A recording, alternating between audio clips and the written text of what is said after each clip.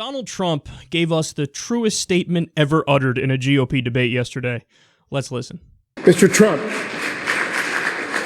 are you going to ask anybody else a question? No, this goes to me. Every single question comes to me? Mr. Trump, I know I'm good for the ratings, but it's a little bit ridiculous. No, but Mr. Trump, a year ago, you told me on my radio show, the audio and the transcript are out there on YouTube, that you would release your tax returns.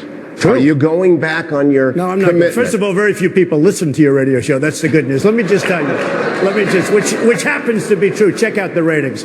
I love that. I feel a little embarrassed for liking that so much, but I really did enjoy that part.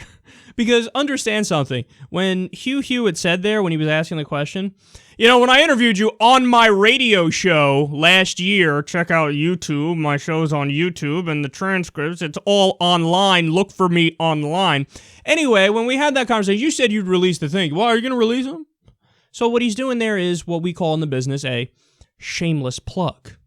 He's doing the shameless plug. Why? Nobody listens to his show. Nobody.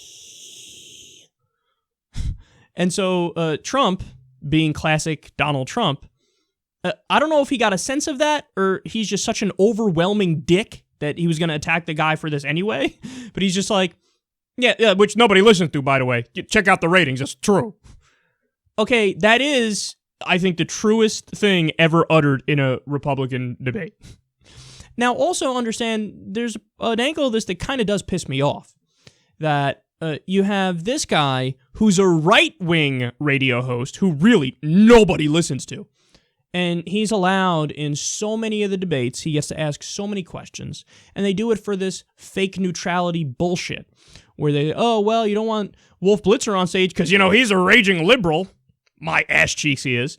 So to balance it out, let's bring this crazy right-winger who nobody listens to and let him ask questions. And by the way, he did ask crazy right-wing questions. One of the things he asked was, you know, one of the things that keeps me up at night is religious persecution against Christians. How are you going to fix that? This is a guy who you let in to ask questions in a debate, a fucking clown that nobody listens to. Now, meanwhile, compare and contrast that with what happens with left-wing radio hosts and left-wing commentators. And take myself out of it. You know, I'm not saying, hey, they should allow me in there, even though my ratings absolutely dwarf this guy 1,000 times over. But Tom Hartman, have they ever said to Tom Hartman, who's been on radio for decades, who's been a lion of liberal radio, who has a decent fan base, who has a TV show also on RT, I believe, are they going to allow in a liberal? Say, oh, you know, hey, man, on the Fox News side, what are we doing here? We got to allow in somebody to balance it out. Hey, let's bring in a liberal to ask real questions. No, they never do it. If you're a left-winger and you're in new media or you're in any kind of media, that you're scoffed at, you're pushed aside, you act like it's not legit, you're treated like you're not legitimate, even though by the numbers you're way more legitimate.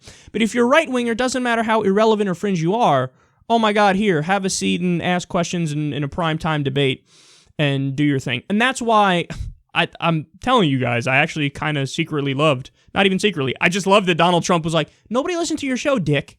All right? Little prick boy, step aside. Who are you? You're a fucking gnat. Get off. What are you? You know who I am? I'm Donald Trump. You? You're nobody. Why are you plugging your radio show? Check the ratings. Not very good, I must say.